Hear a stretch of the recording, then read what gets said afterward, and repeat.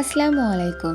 Episode 9 এর শুরুতে Hyunjin উজিনের রুমে আসলে তেয়ংয়ের বাবাকে দেখতে পায়। সে বলে, আপনি এখানে কি করছেন? তখন সে তার হাতে একটা গ্লাস দেখতে পায়। তিনি সেটা নিচে রাখেন। হিয়নজিন তাকে বলে, আপনি এখানে ইন্স্যুরেন্সের টাকার জন্য এসেছেন, তাই নয়? তেয়ংয়ের বাবা বলে, তো কি হয়েছে? ওই টাকার উপর আমারও অধিকার আছে। উজিনকে ছোট থেকে তো আমিই বড় করেছি। হিয়নজিন বলে, আর উজুর ব্যাপারে কি? ওই টাকাগুলো কি তার নয়? তখন তেয়ংয়ের বাবা বলে, আচ্ছা ঠিক আছে, আমরা ওই টাকা 4টা ভাগ করব। এখানে হিয়নজিন তার হাত থেকে বক্সটি নিতে নেয়, কিন্তু তেয়ংয়ের বাবা সেটা না দিলে সে তার হাতে কামড় দিয়ে পালানোর চেষ্টা করে। তখন তেয়ংয়ের বাবা তার দিকে গ্লাস ছুঁড়ে মারে। এই জন্য হিয়নজিন নিচে পড়ে যায় এবং তার হাত কেটে যায়। তখন তেয়ংয়ের বাবা তার উপর একটা ভাস ছুঁড়ে মারতেই তেয়ং এসে হিয়নজিনকে বাঁচিয়ে নেয়।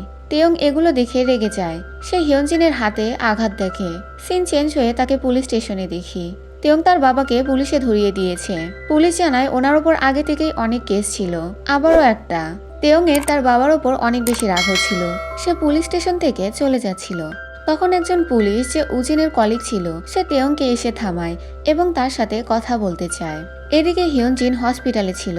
তার হাতে ডক্টর ব্যান্ডেজ করে দেয়। অফিসে সিয়ং তাই সবাইকে জানায় আজ তেয়ং আসতে পারবে না।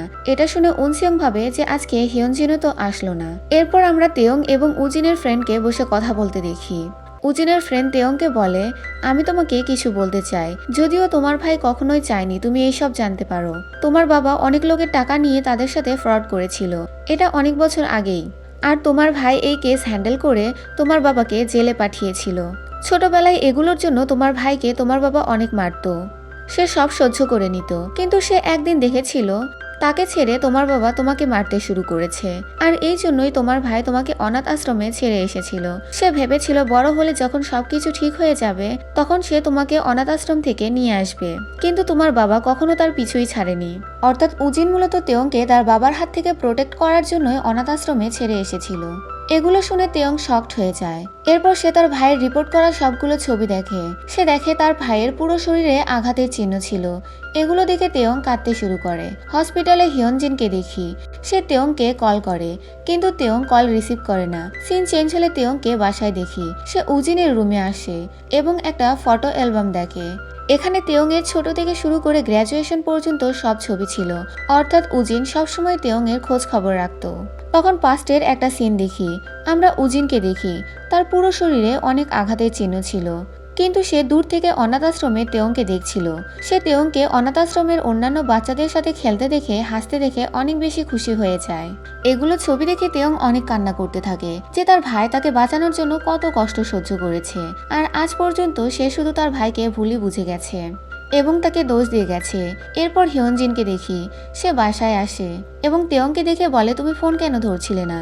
তেয়ং বলে, আমি খেয়াল করিনি। তুমি এখন কেমন আছো? হিয়নজিন বলে, তেমন কিছু ব্যথা পায়নি। এরপর তেয়ং বাহানা দিয়ে বাসা থেকে বের হয়ে যায় এবং বলে, আমার আসতে দেরি হবে। সে একা বসে ড্রিঙ্ক করতে থাকে। তারপর তাকে তার ফ্রেন্ড উজুন কল করে। এরপর তাদের একসাথে বসে কথা বলতে দেখি। তেয়ং অনেক বেশি দুঃখী ছিল। সে উজুনকে বলে, ভাইয়ার অ্যাক্সিডেন্টের আগে সে আমাকে কল করেছিল, আমাকে মেসেজ করেছিল, কিন্তু আমি তার কল ধরিনি এবং তার মেসেজের কোনো জবাব দেইনি। সে হয়তো আমাকে এই সব কিছুই বলতে চেয়েছিল। আমি আজ পর্যন্ত তাকে শুধু দোষী দিয়ে গেছি। শেষবার আমি তার বিয়েতে গিয়েছিলাম এবং তাকে দোয়া না দিয়ে বলেছিলাম তার এত খুশি থাকার অধিকার নেই। অন্যদিকে উজু তেয়ংকে ডাকছিল। হিয়নজিন উজুকে বলে, আজ তোমার চাচু আসবে না, তার বাসায় আসতে দেরি হবে। হিয়নজিন দেখে বাহিরে বৃষ্টি হচ্ছে। তার তেয়ং এর জন্য চিন্তা হচ্ছিল। সে বুঝতে পেরেছিল তেয়ং তার বাবার জন্য অনেক কষ্ট পেয়েছে। সিন চেঞ্জ হলে অ্যামিচুর হাজবেন্ডকে দেখি। সে এত সকালে তেয়ংকে অফিসে দেখে অবাক হয়ে যায়। সে তেয়ংকে বলে, তুমি সব কাজ শেষ করে নিয়েছো? তেয়ং সব কাজ রাতেই শেষ করে ফেলেছে। সে সারাদিন বিশ্রাম না নিয়ে শুধু কাজই করতে থাকে। অন্যদিকে হিয়নজিনকে দেখি। সে এখন পার্মানেন্ট এমপ্লয় হয়ে গেছে। এই জন্য সে কেক নিয়ে তার সব কলিগদের সাথে সেলিব্রেট করে। এখানে হিয়নজিন জানতে পারে এই চকলেট কেকটি উনসিয়ং এনেছে, কারণ সে জানতো হিয়নজিনের চকলেট কেক পছন্দ। এরপর উনসিয়ং হিয়নজিনের হাতে ব্যান্ডেজ লক্ষ্য করে। সে জিজ্ঞাসা করে এটা কিভাবে হয়েছে। হিয়নজিন বলে তেমন বড় কোনো ব্যথা নয়। এরপর হিয়নজিনকে তার ফ্রেন্ড সেইয়নের সাথে দেখি, সে তাকে সবকিছু বলে। সেইয়ন বলে এখনকার মানুষ টাকার জন্য সবকিছু করতে পারে। হিয়নজিন বলে আমার তো তেয়ং এর জন্য চিন্তা হচ্ছে, সে অনেক কষ্ট পেয়েছে। সে তো শুরু থেকেই তার বাবাকে বিশ্বাসই করতে চেয়েছিল না।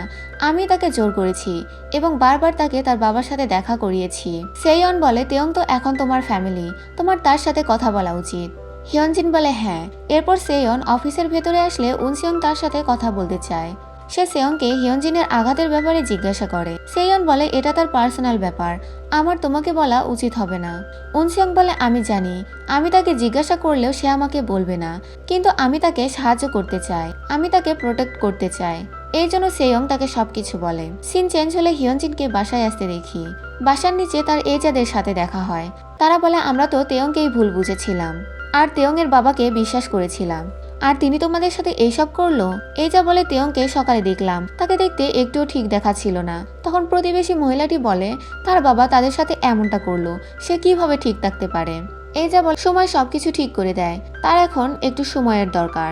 এরপর আমরা তেয়ংকে দেখি, সে বাসায় আসে। হিয়নজিন তাকে একসাথে ড্রিঙ্ক করতে বলে। তেয়ং উজুর ব্যাপারে জানতে চায়। হিয়নজিন বলে সে এজাদের কাছে আছে।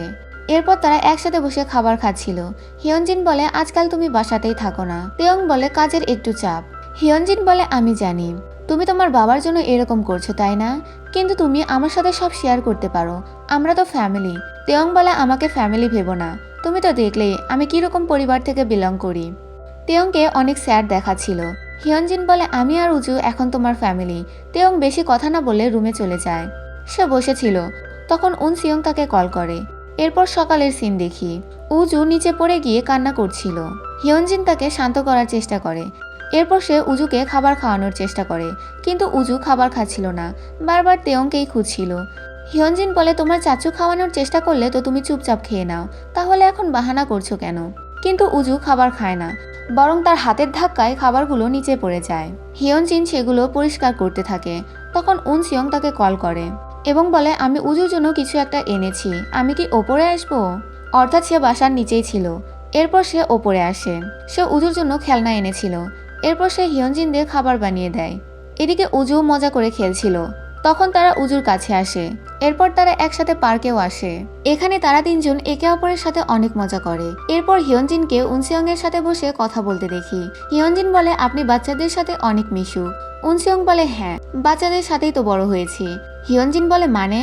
তখন উনসিয়ং বলে সে অনাথ আশ্রমে বড় হয়েছে এবং অনাথ আশ্রমের ছোট বাচ্চাদের দেখাশোনা করাই তার দায়িত্ব ছিল।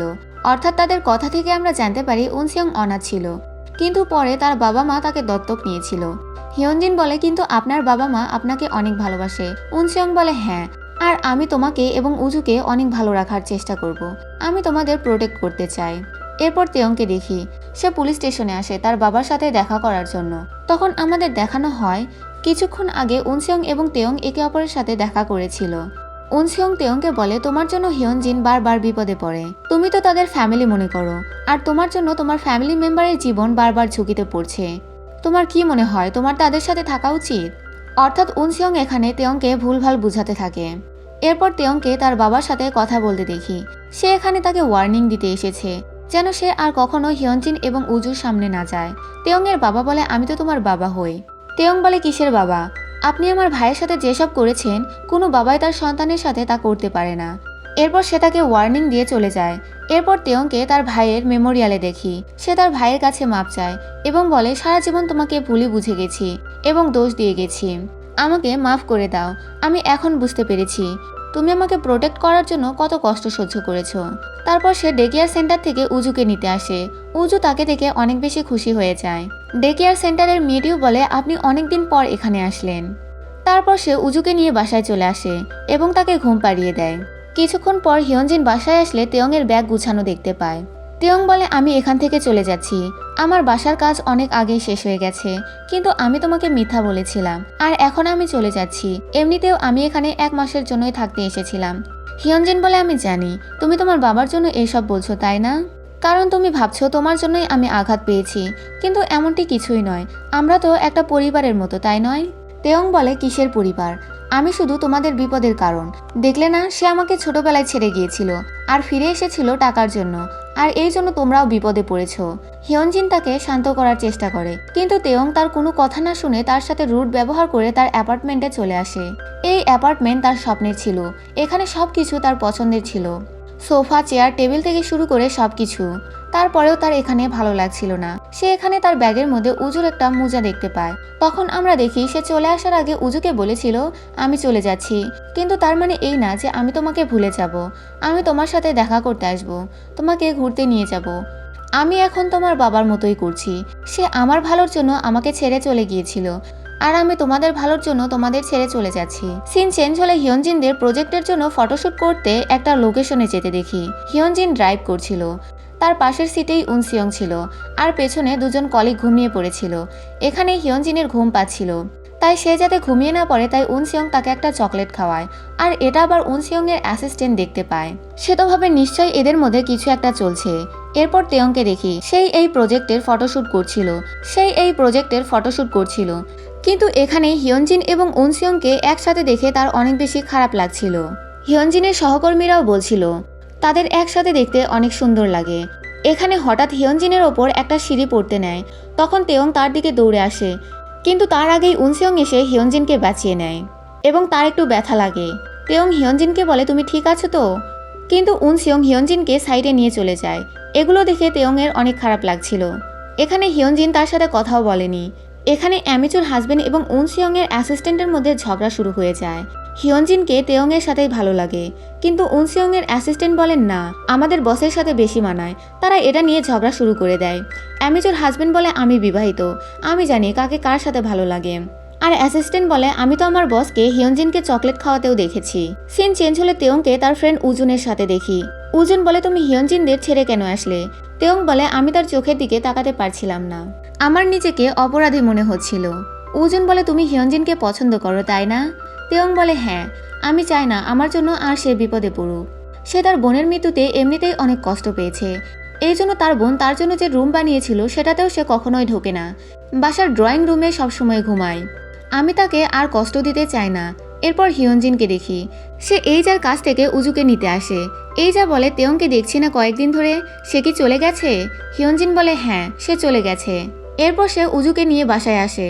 পরে সে উজুর ব্যাগ চেক করে জানতে পারে উজুর ডে কেয়ার সেন্টার থেকে উজুর প্যারেন্টসদের ইনভাইট করা হয়েছে, আর উজুকে সেখানে একটা মৌমাছি সাজিয়ে নিয়ে যেতে হবে। হিয়নজিন ভাবে তার তেয়ংকে এটা বলা উচিত, কিন্তু সে বলতে চেয়েও বলতে পারে না।